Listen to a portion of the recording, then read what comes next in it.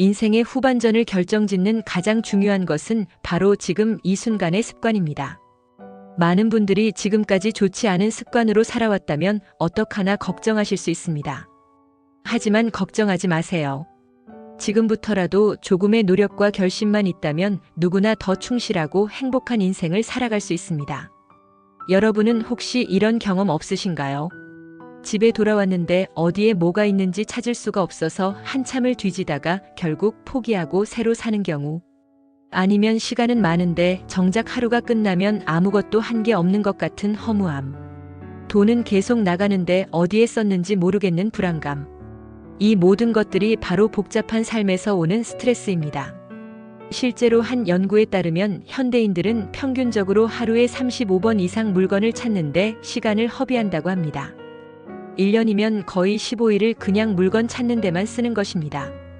그리고 우리 집에는 평균 1만 개가 넘는 물건들이 있다고 합니다. 그런데 그 중에서 실제로 정기적으로 사용하는 물건은 겨우 20%에 불과합니다. 이제부터 여러분께 소개할 내용은 단순히 물건을 정리하는 방법이 아닙니다. 인생 전체를 단순하고 풍요롭게 만드는 혁명적인 방법입니다. 이 방법을 실천한 한 70대 할머니는 이렇게 말씀하셨습니다. 50년 동안 모아온 물건들을 정리하고 나니 마치 30년은 젊어진 기분이 들었다고요. 아침에 일어나면 가슴이 두근거리고 오늘은 무엇을 할까 기대가 된다고 말입니다. 첫 번째 이야기는 집과 정리정돈에 관한 것입니다. 여러분의 집은 지금 어떤 상태인가요? 갑자기 누군가가 방문한다고 하면 당황하지 않고 환영할 수 있나요? 만약 그렇지 않다면 지금부터 이야기할 내용을 꼭 새겨 들으시기 바랍니다. 한 50대 여성의 이야기입니다. 그녀는 20년 넘게 같은 아파트에서 살았습니다.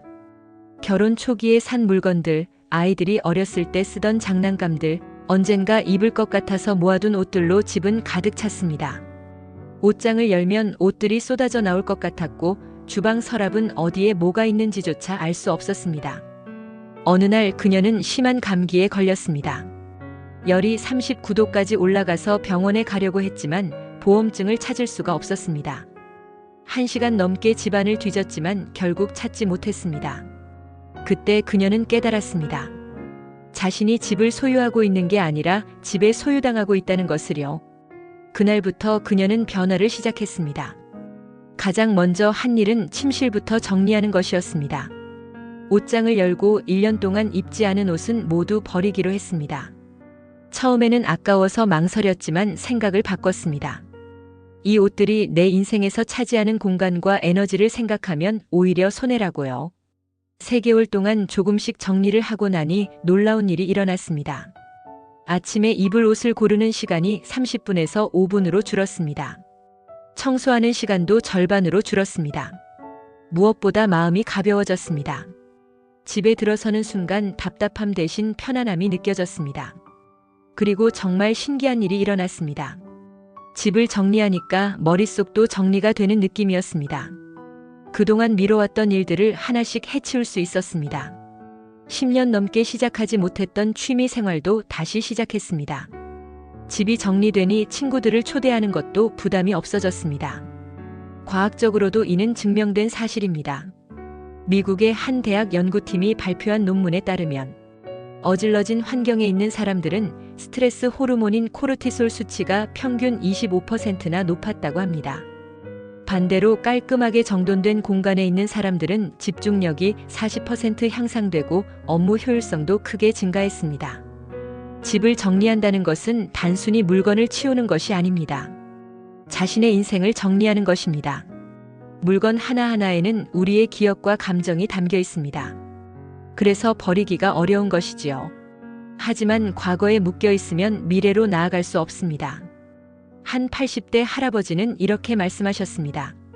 자신이 모아온 수천 권의 책을 정리하면서 느낀 것은 소유가 곧 행복이 아니라는 것이었다고요. 책장을 가득 채운 책들은 오히려 자신을 압박하는 무게였다고 합니다.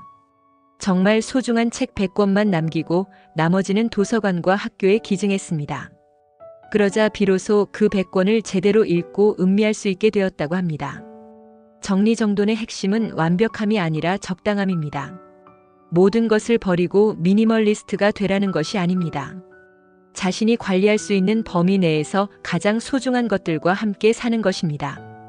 한 가지 팁을 드리자면 물건을 정리할 때는 카테고리별로 하지 말고 공간별로 하세요. 예를 들어 옷을 정리한다고 할 때 집안의 모든 옷을 한꺼번에 모으면 그 양에 압도당합니다. 대신 오늘은 침실 옷장만, 내일은 거실 수납장만 이런 식으로 조금씩 하는 것입니다. 그리고 물건을 버릴 때는 이렇게 자문해 보세요. 이것이 지금의 나에게 기쁨을 주는가? 이것이 내 미래에 필요한가? 만약 두 질문에 모두 아니라면 과감히 놓아주세요. 물건을 놓아주는 것은 과거를 놓아주는 것이고 새로운 미래를 위한 공간을 만드는 것입니다. 실제로 정리정돈을 실천한 사람들의 90% 이상이 삶의 질이 향상되었다고 답했습니다. 그중 70%는 인간관계가 좋아졌고 80%는 경제 상황이 개선되었다고 합니다. 어떻게 이런 일이 가능할까요? 집이 정리되면 무엇을 가지고 있고 무엇이 필요한지 명확해집니다. 그러면 중복 구매가 줄어들고 충동 구매도 줄어듭니다. 자연스럽게 지출이 줄어드는 것이지요. 두 번째 이야기는 시간에 관한 것입니다. 시간은 돈이다라는 말을 많이 듣습니다. 하지만 정확히 말하면 시간은 돈보다 더 귀합니다. 돈은 잃어도 다시 벌 수 있지만 시간은 한 번 지나가면 절대 돌아오지 않기 때문입니다. 한 조사에 따르면 현대인들은 하루 평균 4시간을 스마트폰을 보는데 사용한다고 합니다. 1년이면 1460시간, 60일이 넘는 시간입니다. 10년이면 600일입니다. 만약 여러분이 지금 60세라면 70세까지 거의 2년을 스마트폰만 보면서 보내는 것입니다. 60대 초반의 한 남성 이야기입니다. 그는 대기업에서 임원으로 일하다가 정년퇴직을 했습니다. 처음 몇 달은 그동안 하지 못했던 여행도 다니고 좋았습니다. 하지만 6개월이 지나자 무료함이 찾아왔습니다. 아침에 일어나도 특별히 할 일이 없었습니다. TV를 보고 인터넷을 하다 보면 하루가 훌쩍 지나갔습니다. 1년쯤 지났을 때 그는 심각한 우울증에 빠졌습니다. 아내에게도 자식들에게도 짜증을 냈습니다. 자신이 쓸모없는 사람이 된 것 같았습니다. 그때 아내가 제안을 했습니다. 하루 계획표를 만들어 보는 것은 어떠냐고요? 처음에는 시큰둥했지만 해보기로 했습니다. 가장 먼저 한 일은 하루에 꼭 하고 싶은 일 2가지를 정하는 것이었습니다. 첫 번째는 아침 산책, 두 번째는 책 읽기였습니다. 단순한 2가지였지만 이것을 실천하니 하루가 달라지기 시작했습니다. 아침 산책을 하면서 동네 사람들과 인사를 나누게 되었고 자연스럽게 친구가 생겼습니다. 책을 읽으면서 새로운 지식을 얻고 생각이 깊어졌습니다. 거기에 조금씩 다른 활동들을 추가했습니다. 동네 도서관에서 아이들에게 책을 읽어주는 봉사활동도 시작했습니다. 1년 후 그는 완전히 다른 사람이 되어 있었습니다. 우울증은 사라졌고 매일 아침 일어나는 것이 기대되었습니다. 수입은 줄었지만 행복은 배가 되었습니다. 그는 이렇게 말했습니다. 회사에서 일할 때보다 지금이 훨씬 바쁘고 충실하다고요. 시간 관리의 핵심은 바쁘게 사는 것이 아니라 의미 있게 사는 것입니다. 많은 사람들이 착각하는 것이 있습니다. 시간이 많으면 여유롭게 살 수 있을 거라고 생각합니다. 하지만 실제로는 그렇지 않습니다. 시간이 많으면 오히려 그 시간을 허투루 쓰게 됩니다. 시간 활용의 달인들에게는 공통점이 있습니다. 그들은 우선순위가 명확합니다. 중요한 것과 급한 것을 구분할 줄 압니다. 급하지만 중요하지 않은 일에 시간을 빼앗기지 않습니다. 중요하지만 급하지 않은 일을 꾸준히 합니다. 실제 사례를 하나 더 들어보겠습니다. 70대 여성분이 있었습니다. 매일 아침 일어나면 해야 할 일이 너무 많아서 무엇부터 해야 할지 몰라 허둥댔습니다. 집안일, 장보기, 병원 가기, 손주 돌보기 등등. 하루가 끝나면 녹초가 되었지만 정작 뿌듯함은 없었습니다. 그래서 시도한 방법이 있습니다. 매일 저녁 자기 전에 내일 할 일 중 가장 중요한 2가지만 적어두는 것입니다. 그리고 아침에 일어나면 다른 것은 제쳐두고 그 2가지부터 하는 것입니다. 처음에는 적응이 안 됐지만 2주 정도 지나니 습관이 되었습니다. 놀라운 변화가 일어났습니다. 오히려 일이 더 많이 처리되었습니다. 왜냐하면 중요한 일에 집중하니 효율이 올라갔기 때문입니다. 그리고 매일 중요한 일 2가지는 꼭 완수하니 성취감이 생겼습니다. 그 성취감이 다음 날의 에너지가 되었습니다. 시간에 대해 우리가 기억해야 할 것이 있습니다. 우리에게 주어진 시간은 모두 동일하다는 것입니다. 하루 24시간은 누구에게나 똑같습니다. 어떤 사람은 그 시간으로 많은 것을 이루고 어떤 사람은 아무것도 이루지 못합니다. 차이는 시간을 어떻게 사용하느냐에 있습니다. 특히 나이가 들수록 시간은 더 빨리 지나가는 것처럼 느껴집니다. 실제로 심리학 연구에 따르면 나이가 들수록 시간이 빠르게 느껴지는 것은 새로운 경험이 줄어들기 때문이라고 합니다. 어린 시절에는 모든 것이 새롭고 신기해서 기억에 선명하게 남습니다. 하지만 나이가 들면 익숙한 일상의 반복이라 기억에 남는 것이 적어지고 그래서 시간이 빨리 지나가는 것처럼 느껴지는 것입니다. 그렇다면 해결책은 무엇일까요? 새로운 경험을 하는 것입니다. 가보지 않은 곳에 가보고 해보지 않은 것을 해보는 것입니다. 작은 것이라도 좋습니다.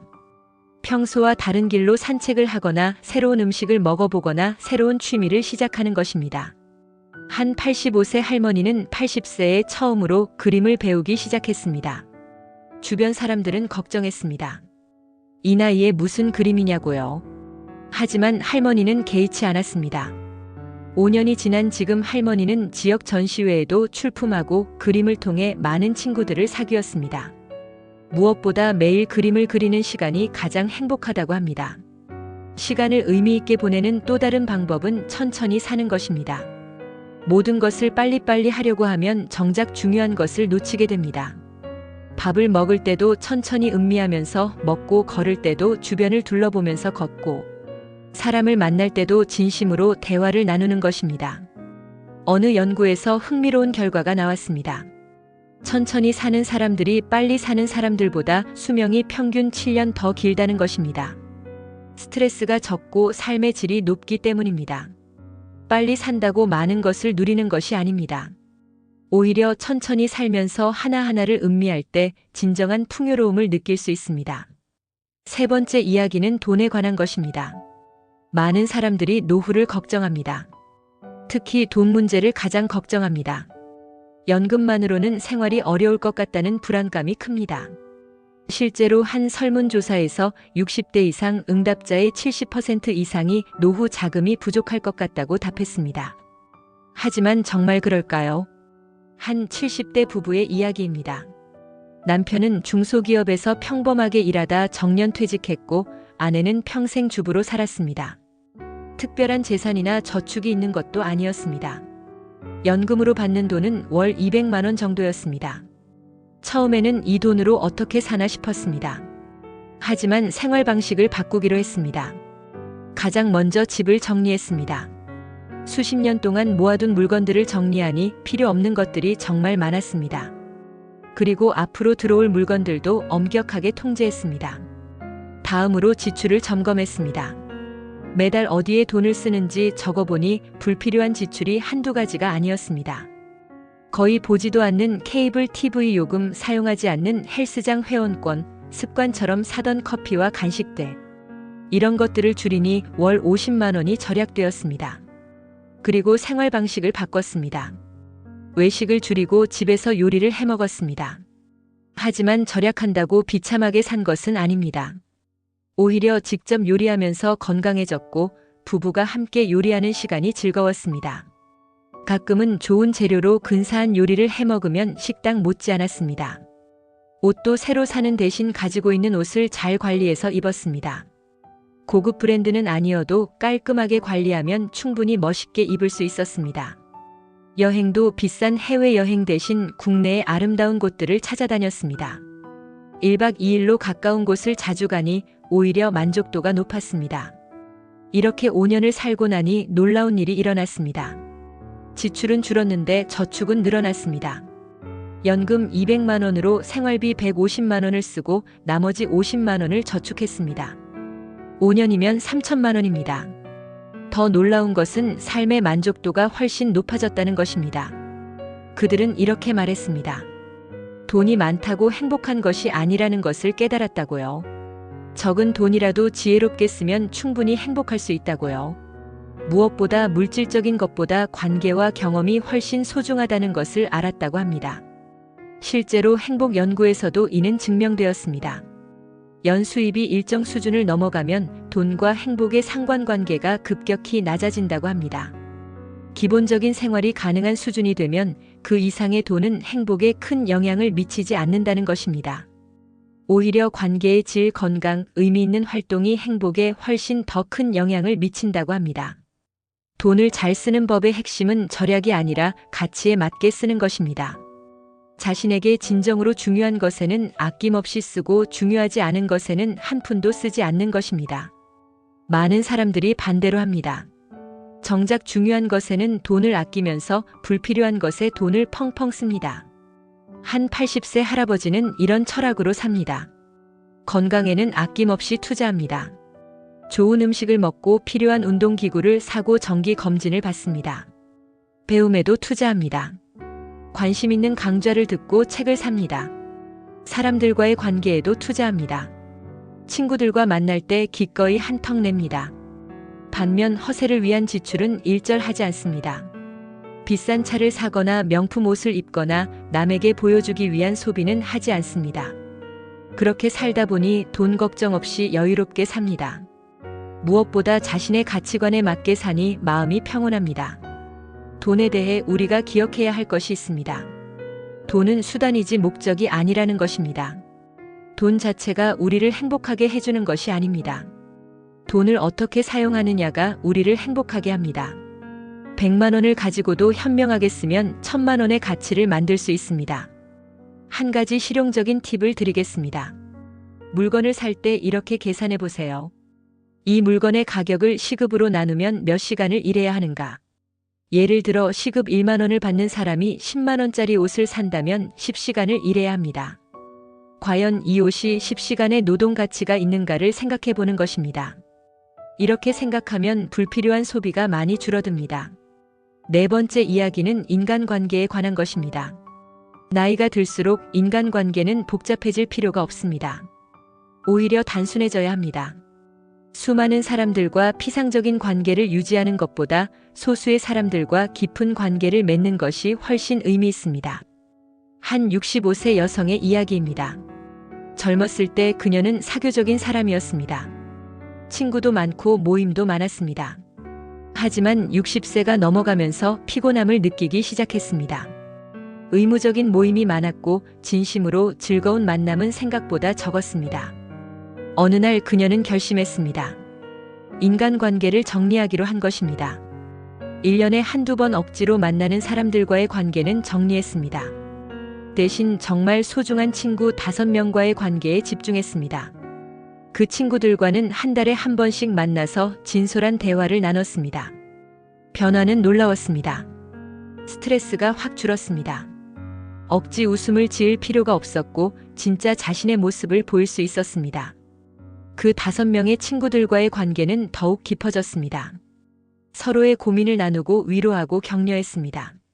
나이가 들어가면서 외로움을 느끼는 대신 오히려 더 풍요로운 관계를 누리게 되었습니다.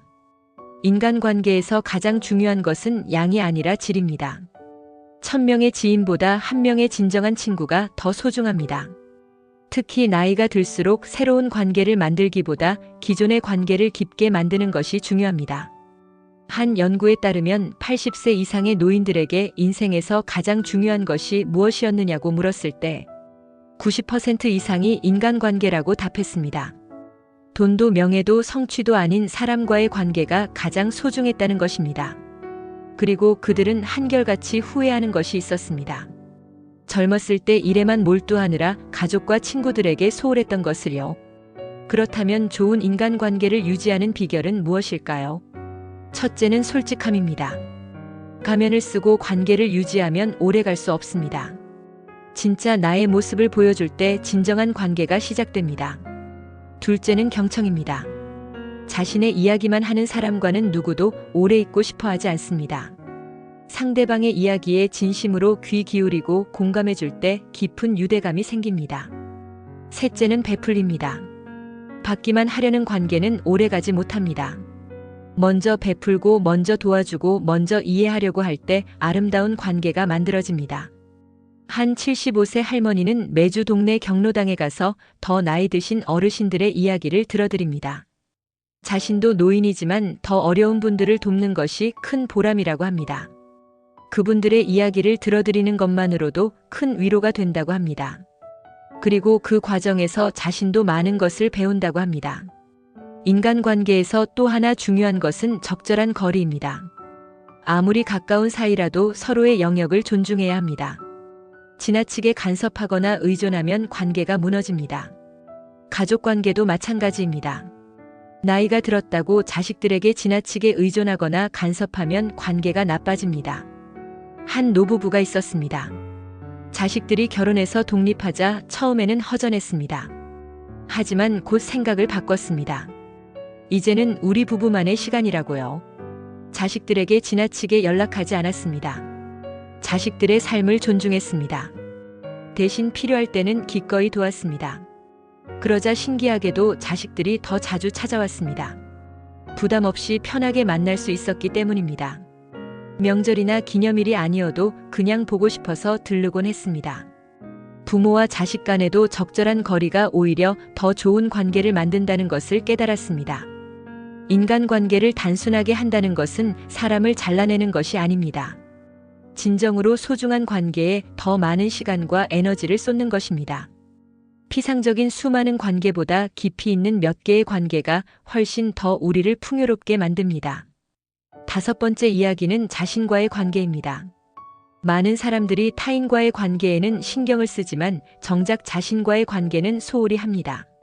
하지만 가장 중요한 관계는 자기 자신과의 관계입니다. 자신을 사랑하지 못하는 사람은 다른 사람을 진정으로 사랑할 수 없습니다. 한 60대 남성의 이야기입니다. 그는 평생 남들의 기대에 부응하며 살았습니다. 부모님이 원하는 대학에 가고 부모님이 원하는 직업을 가졌습니다. 결혼도 주변의 권유로 했습니다. 60년을 살았지만 정작 자신이 진정으로 원하는 것이 무엇인지 몰랐습니다. 정년 퇴직 후 처음으로 자신에게 물었습니다. 나는 누구인가? 나는 무엇을 원하는가? 처음에는 답이 나오지 않았습니다. 하지만 계속 자문하고 성찰하면서 조금씩 답을 찾아갔습니다. 그는 어렸을 때부터 그림 그리기를 좋아했지만 부모님의 반대로 포기했다는 것을 기억해냈습니다. 60년 만에 다시 붓을 들었습니다. 서툴렀지만 행복했습니다. 이것이 진짜 내가 하고 싶었던 것이구나 하는 깨달음이 왔습니다. 지금 그는 매일 그림을 그립니다. 전시회를 하거나 그림을 팔려는 욕심은 없습니다. 그냥 그리는 것 자체가 행복합니다. 60년 만에 처음으로 자기 자신으로 사는 것 같다고 말합니다. 자신과의 관계에서 가장 중요한 것은 자기 수용입니다. 자신의 장점뿐만 아니라 단점도 받아들이는 것입니다. 완벽하지 않은 자신을 있는 그대로 인정하는 것입니다. 자신을 비난하고 질책하는 대신 이해하고 격려하는 것입니다. 한 70대 여성은 이렇게 말했습니다. 젊었을 때는 늘 자신이 부족하다고 생각했다고요. 더 예뻐야 하고 더 똑똑해야 하고 더 성공해야 한다고 자신을 채찍질했다고 합니다. 하지만 이제는 다릅니다. 자신의 모습 그대로가 좋습니다. 주름진 얼굴도 굽은 허리도 모두 자신이 살아온 시간의 흔적입니다. 자기 수용은 자기 만족과는 다릅니다. 자기 만족은 현재에 안주하는 것이지만 자기 수용은 현재를 인정하면서도 더 나아지려고 노력하는 것입니다. 자신을 있는 그대로 사랑하면서도 더 나은 자신이 되기 위해 노력하는 것입니다. 또한 자신과의 관계에서 중요한 것은 자기만의 시간을 갖는 것입니다. 혼자 있는 시간을 두려워하지 말아야 합니다. 오히려 혼자 있는 시간이 자신을 성찰하고 충전하는 소중한 시간입니다. 한 연구에 따르면 하루에 최소 30분 이상 혼자만의 시간을 갖는 사람들이 그렇지 않은 사람들보다 정신 건강이 훨씬 좋다고 합니다. 혼자 있는 시간에 명상을 하거나 산책을 하거나 독서를 하거나 그냥 아무것도 하지 않고 멍하니 있는 것도 좋습니다. 한 80세 할아버지는 매일 아침 30분씩 명상을 합니다. 가만히 앉아서 호흡에 집중하고 마음을 비웁니다. 처음에는 잡념이 많았지만 계속 하다 보니 마음이 고요해졌습니다. 그 30분의 명상이 하루를 평온하게 시작할 수 있게 해준다고 합니다. 자신과의 관계를 돈독히 하는 또 다른 방법은 자기 대화입니다. 자신에게 긍정적으로 말하는 것입니다. 많은 사람들이 자신에게는 가혹하게 말합니다. 나는 왜 이렇게 못났을까? 나는 아무것도 제대로 하는 게 없어. 이런 부정적인 자기 대화는 자존감을 떨어뜨립니다. 대신 이렇게 말해보세요. 오늘도 잘했어. 충분히 괜찮아. 나는 소중한 사람이야. 처음에는 어색하고 거짓말 같을 수 있습니다. 하지만 계속 반복하다 보면 진짜가 됩니다. 긍정적인 자기 대화는 자존감을 높이고 삶의 질을 향상시킵니다. 6번째 이야기는 건강에 관한 것입니다. 아무리 돈이 많고 시간이 많아도 건강하지 않으면 소용없습니다. 건강은 모든 것의 기초입니다. 특히 나이가 들수록 건강 관리가 더욱 중요해집니다. 한 75세 남성의 이야기입니다. 그는 젊었을 때 건강을 과신했습니다. 담배도 피우고 술도 마시고 운동은 하지 않았습니다. 밤늦게까지 일하고 제대로 쉬지도 않았습니다. 건강검진도 귀찮아서 받지 않았습니다. 60대 중반에 건강에 이상이 생기기 시작했습니다. 당뇨병, 고혈압, 고지혈증이 한꺼번에 찾아왔습니다. 그제야 정신을 차렸습니다. 생활 습관을 완전히 바꾸기로 했습니다. 가장 먼저 시작한 것은 규칙적인 운동이었습니다. 매일 아침 1시간씩 걷기 시작했습니다. 처음에는 10분도 힘들었지만 조금씩 늘려갔습니다. 3개월 후에는 1시간을 무리 없이 걸을 수 있게 되었습니다. 식습관도 바꿨습니다. 채소와 과일을 많이 먹고 가공식품을 줄였습니다. 술과 담배를 끊었습니다. 물을 많이 마시고 규칙적으로 식사했습니다. 수면 습관도 개선했습니다. 밤 10시에 자고 아침 6시에 일어나는 규칙적인 생활을 했습니다. 스마트폰을 침실에 가져가지 않았습니다. 1년 후 놀라운 변화가 일어났습니다. 혈당과 혈압이 정상으로 돌아왔습니다. 체중이 10kg 줄었습니다. 무엇보다 기력이 넘쳤습니다. 60대 중반인데 50대처럼 느껴졌습니다. 지금 10년이 지난 75세의 그는 또래보다 훨씬 건강합니다. 약도 거의 먹지 않습니다. 매일 등산도 하고 자전거도 탑니다. 그는 말합니다. 건강을 되찾기 위해 노력한 그 10년이 인생에서 가장 값진 시간이었다고요. 건강관리의 핵심은 일찍 시작하는 것입니다. 문제가 생기고 나서 관리하는 것보다 문제가 생기기 전에 예방하는 것이 훨씬 쉽고 효과적입니다. 하지만 늦었다고 포기할 필요는 없습니다. 언제 시작하든 건강관리를 하면 분명히 효과가 있습니다. 한 연구에 따르면 70세에 운동을 시작해도 근력과 지구력이 향상된다고 합니다. 80세에 식습관을 바꿔도 건강 지표가 개선된다고 합니다. 결코 늦은 것이 아닙니다. 건강관리에서 가장 중요한 것 3가지는 운동, 식습관, 수면입니다. 이 3가지만 제대로 해도 건강을 크게 향상시킬 수 있습니다. 운동은 꼭 격렬할 필요가 없습니다. 매일 30분 이상 걷는 것만으로도 충분합니다. 중요한 것은 꾸준함입니다. 일주일에 한 번 이 시간 운동하는 것보다 매일 30분씩 하는 것이 훨씬 효과적입니다. 식습관은 복잡하게 생각할 필요가 없습니다. 가공식품을 줄이고 자연식을 먹는 것입니다. 채소와 과일을 많이 먹고 단백질을 충분히 섭취하는 것입니다. 과식하지 않고 천천히 씹어 먹는 것입니다. 수면은 양보다 질이 중요합니다. 7시간에서 8시간 정도가 적당합니다. 규칙적인 수면 시간을 유지하는 것이 중요합니다. 침실은 어둡고 조용하고 시원하게 유지해야 합니다. 한 90세 할머니는 평생 이 3가지를 지켜왔다고 합니다. 덕분에 90세인 지금도 혼자서 생활하고 정정하게 걸어다닙니다. 약도 거의 먹지 않습니다. 비결이 뭐냐고 물으면 특별한 것 없다고 합니다. 그냥 기본을 지켰을 뿐이라고요. 건강관리에서 또 하나 중요한 것은 정기검진입니다. 1년에 한 번은 꼭 종합검진을 받아야 합니다. 조기에 발견하면 치료할 수 있는 병들이 많습니다. 늦게 발견하면 손 쓸 수 없게 됩니다. 마지막 이야기는 마음 건강에 관한 것입니다. 몸이 건강해도 마음이 건강하지 않으면 행복할 수 없습니다. 마음 건강은 나이가 들수록 더 중요해집니다. 젊었을 때는 일이나 다른 것들로 마음을 채울 수 있지만 나이가 들면 마음과 마주할 시간이 많아지기 때문입니다. 한 68세 여성의 이야기입니다. 남편과 사별하고 혼자 살게 되었습니다. 자식들은 모두 독립해서 멀리 살았습니다. 처음 몇 달은 견딜 수 없을 정도로 외로웠습니다. 우울증이 찾아왔습니다. 아침에 일어나는 것조차 힘들었습니다. 하지만 이대로는 안 되겠다고 생각했습니다. 변화를 시작했습니다.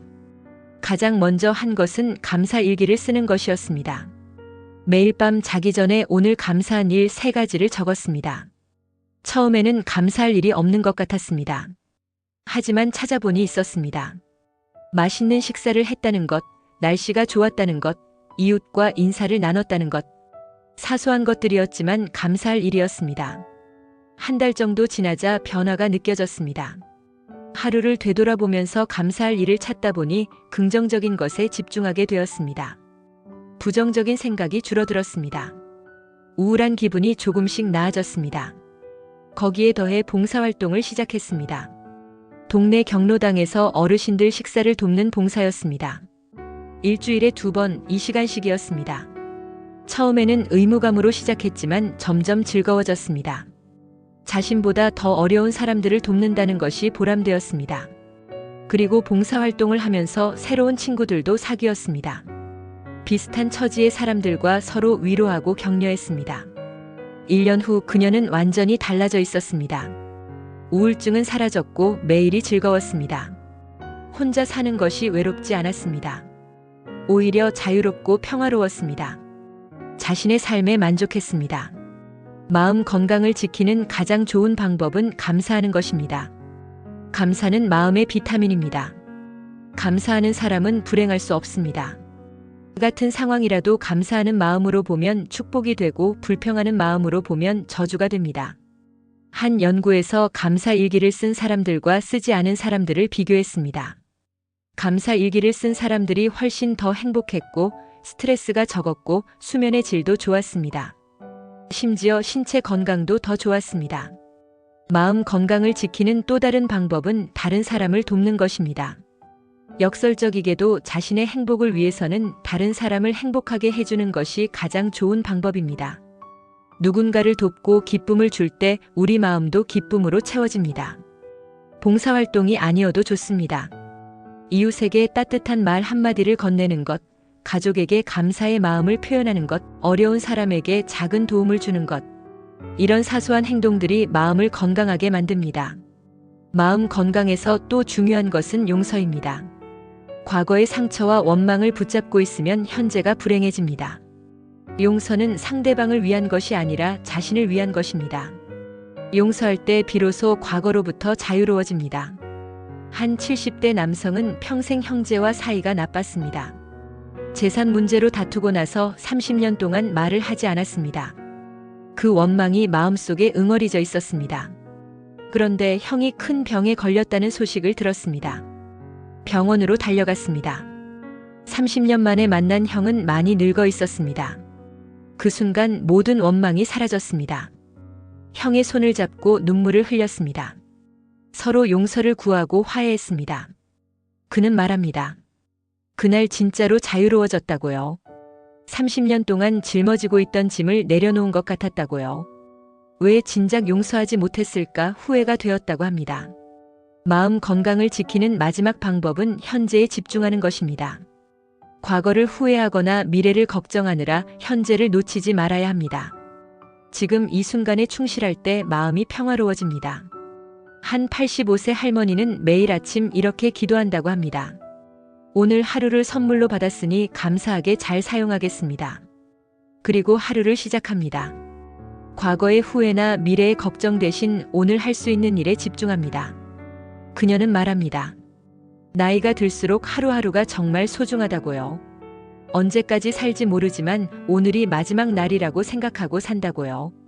그렇게 생각하니 모든 것이 감사하고 소중하다고 합니다.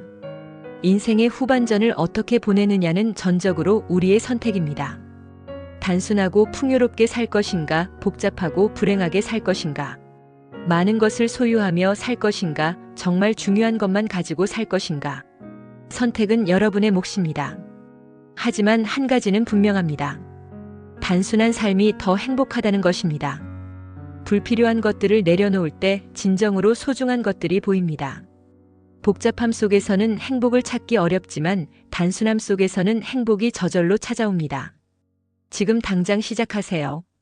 오늘 하나의 물건을 정리하세요. 오늘 하나의 감사를 찾으세요. 오늘 한 사람에게 친절을 베푸세요.